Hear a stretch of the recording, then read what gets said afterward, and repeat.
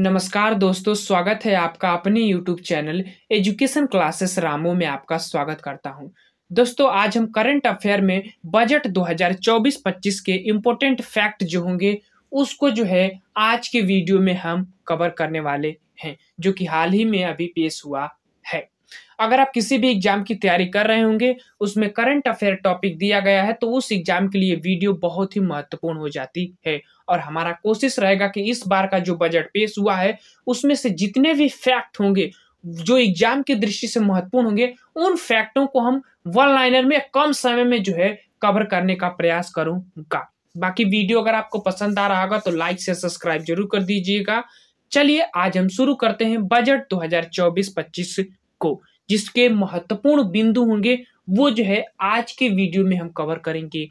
और आप लोगों के किसी भी एग्जाम में अगर करंट अफेयर टॉपिक दिया गया है तो उसके लिए महत्वपूर्ण होगा।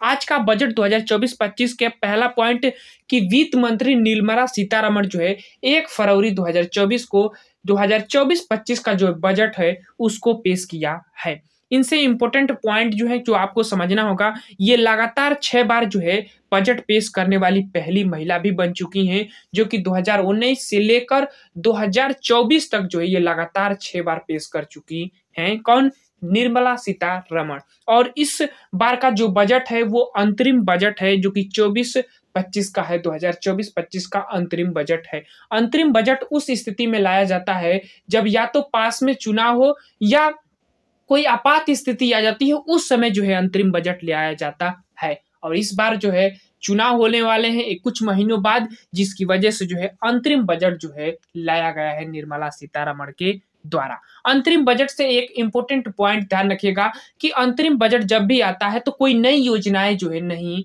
लागू होती है, ना लाई जाती है। बाकी जितने भी पुराने काम होते हैं या तो उसको ही एक्सटेंड किया जाता है, उसमें भी आगे उसको ही आगे बढ़ाया जाता है, या पिछले जितने भी काम होते हैं उसके बारे में जो है इस बजट में जो है बताया जाता है, इस अंतरिम बजट में। तो ये पॉइंट बस ध्यान रखिएगा, अंतरिम बजट का मतलब क्या होता है।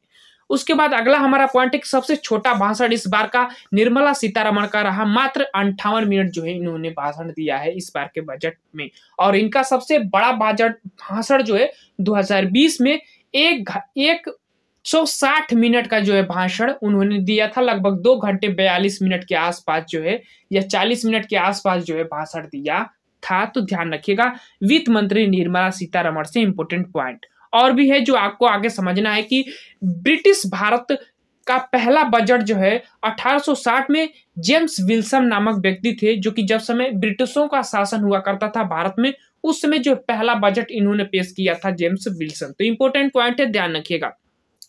स्वतंत्र भारत का पहला बजट की बात करें तो 1947 में षणमुखम सेठी जो थे वित्त मंत्री, पहले वित्त मंत्री थे स्वतंत्र भारत के, तो उन्होंने पेश किया था। तो ये भी पॉइंट ध्यान रखिएगा। अगला पॉइंट एक है कि गणतंत्र भारत का पहला बजट पेश करने वाले व्यक्ति जॉन मथाई थे, यानी कि 1950 में जो बजट पेश किया गया था वो जॉन मथाई के द्वारा जो है पेश किया गया था, जो कि गणतंत्र भारत का पहला बजट था। तो ये भी ध्यान रखिएगा, कौन पेश करने वाले थे? जॉन मथाई। अगला हमारा पॉइंट है कि सर्वाधिक बार बजट पेश करने वाला व्यक्ति कौन है? तो मोरारजी देसाई है। ध्यान रखिएगा, मोरारजी देसाई का नाम आता है। लगभग 10 बार इन्होंने बजट पेश किया है। और महिलाओं में निर्मला सीतारमण पहली अब महिला हो गई हैं। इस पॉइंट को भी ध्यान रखिएगा। अगला हमारा पॉइंट है कि पहली महिला बजट पेश किया कौन? इंदिरा गांधी। और पहली महिला पूर्णकालिक रूप से बजट पेश करने वाली कौन बन चुकी है? तो निर्मला सीतारमण। पूर्णकालिक का मतलब कि अपने पूरे कार्यकाल में जो है बजट इन्होंने पेश किया है। वही बात जो है कहा गया कि पूर्णकालिक पहली महिला बजट पेश करने वाली कौन? निर्मला सीतारमण।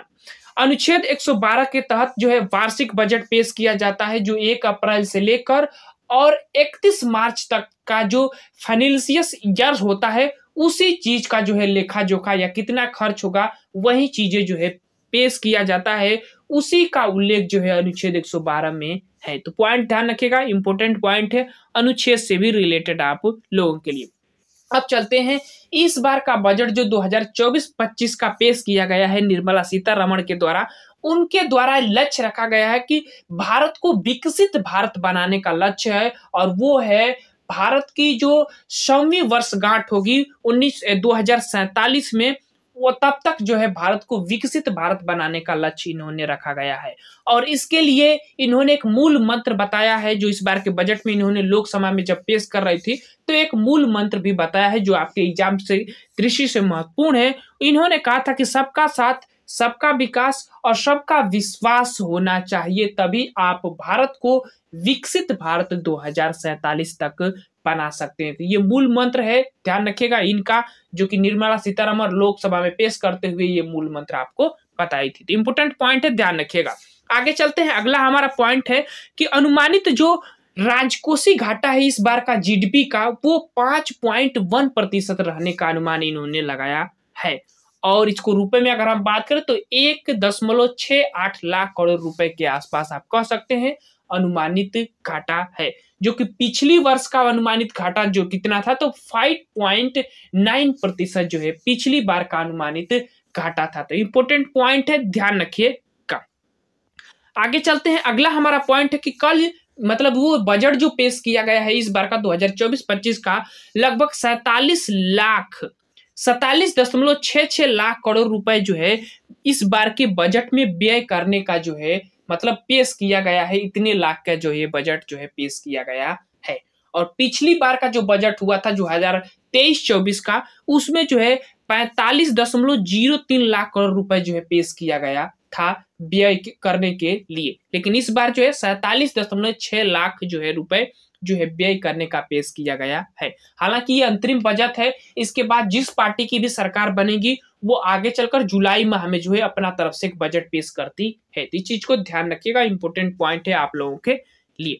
आगे चलते हैं, अब पैसा कहां से आता है और कहां जाता है, उसमें हम सिर्फ 3 ही पॉइंट को रखे हैं। हालांकि बहुत सारे पॉइंट होते हैं जहां से पैसे आते हैं, लेकिन 3 महत्वपूर्ण, पहला, दूसरा और तीसरा क्रम का मैंने पॉइंट आपको रखा है कि पैसा कहां से आता है। तो पहला पॉइंट है कि 28% जो है उधार से, यानी कि भारत जो है उधार लेता है, कर्ज लेता है, लोन लेता है, कहां से रेवेन्यू आता है 28%, यानी 100% में 28% तो हमारा कर्ज लेते हैं हर साल। उसके बाद दूसरा पॉइंट है कि आयकर, आयकर से जो है 19% जो है हिस्सा आता है। इस बार के हमारे जो बजट में जो पैसा आता है वो 19% आयकर से आता है, कि जो दूसरा स्थान रखा गया है इस बार के बजट में। तीसरे स्थान पर जीएसटी है, जहां की 18% रेवेन्यू होती है जो है जीएसटी से। तो पैसा कहां से आता है, ये 3 पॉइंट है, बाकी और भी पॉइंट है लेकिन इंपोर्टेंट जो है वो 3 ही है, बस इतना आप ध्यान रखिएगा। अब जो है पैसा कहां जाता है उस पॉइंट को रखिएगा, उसमें भी हमने 3 पॉइंट रखे हैं, 3 लेवल रखे हैं।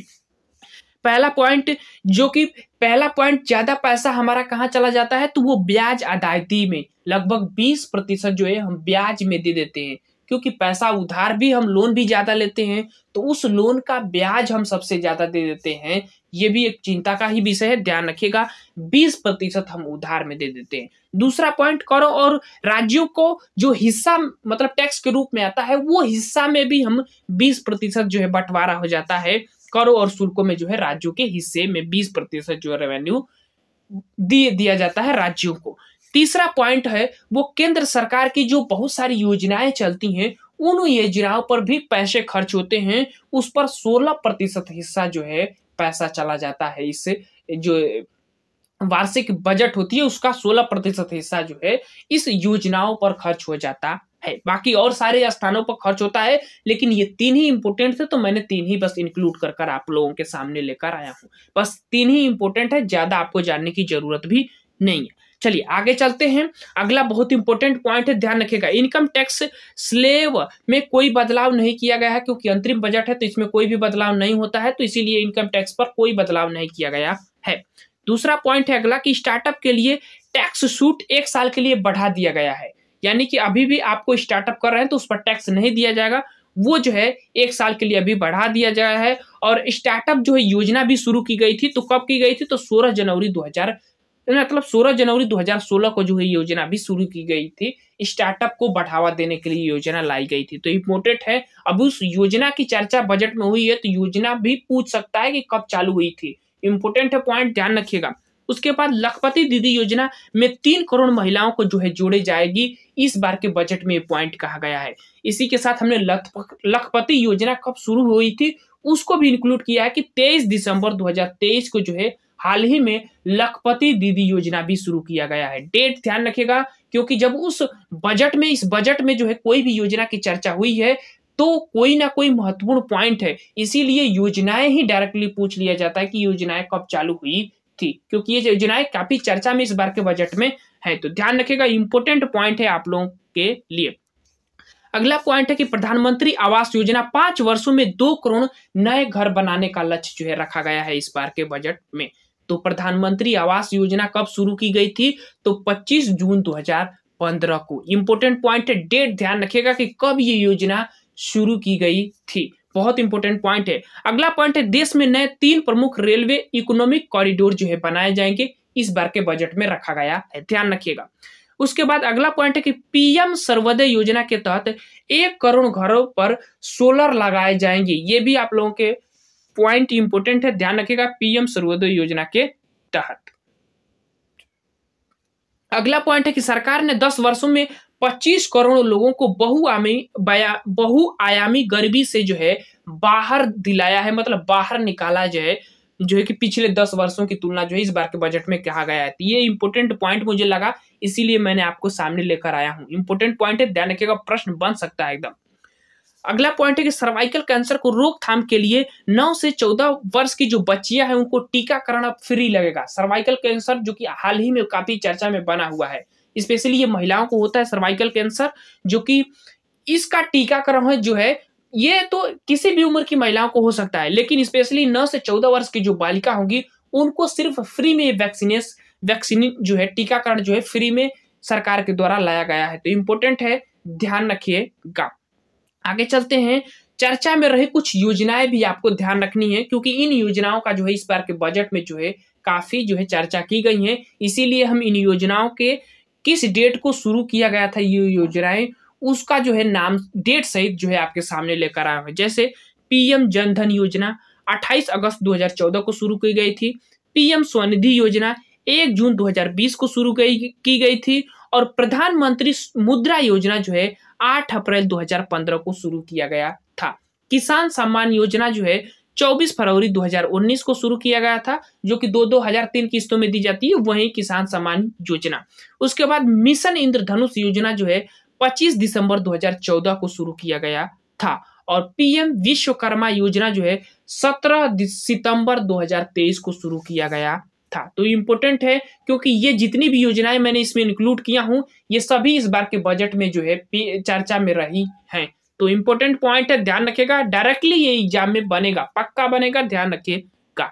आगे चलते हैं, ये अंत में कुछ और भी पॉइंट मैंने इंक्लूड किया कि पैसा का बंटवारा जो है मंत्रालयों में जब होता है तो वो किसको किसको कितना मंत्रालय में मिला है, सबसे कितना किसको मिला है, उसका क्रम हम 3 ही सिर्फ रखे हैं जो कि आप लोगों के लिए महत्वपूर्ण है। सबसे ज्यादा जो है रक्षा मंत्रालय को जो है पैसा खर्च किया गया है इस बार के बजट में, लगभग 6.2 लाख करोड़ रुपए जो है रक्षा मंत्रालय को दिया गया है, जिसमें पेंशन भी होगी, सैलरी भी होगी, और डिफेंस में जितने भी हथियार खरीदे जाएंगे वो सब इसमें इंक्लूड रहते हैं। उसके बाद दूसरे स्थान पर सड़क परिवहन है, उस पर जो है ज्यादा पैसा खर्च किया गया है इस बार के बजट में, 2.78 लाख करोड़ रुपए जो है खर्च किया गया है सड़क परिवहन पर। तो ध्यान रखिएगा, सड़क परिवहन या राज्य मंत्री जो होते हैं नितिन गडकरी, उस पर उनके मंत्रालय जो है इतना पैसा खर्च किया गया है नया इंफ्रास्ट्रक्चर में, जैसे सड़कों बनाना, पुल बनाना, ये चीजें जो है खर्च की जाएगी।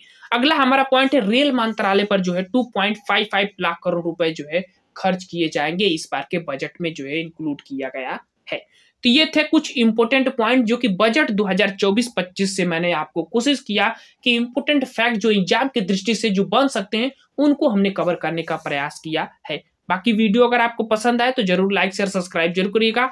जल्द ही मैं सूचकांक के 2023-24 के जितने भी सूचकांक हैं उन सूचकांकों की वीडियो मैं लेकर आऊंगा, तो उन वीडियो को भी देखने के लिए तैयार रहिएगा। वीडियो अगर आपको पसंद आए तो लाइक शेयर सब्सक्राइब जरूर करिएगा। चलिए आज के लिए बस इतना ही, थैंक यू।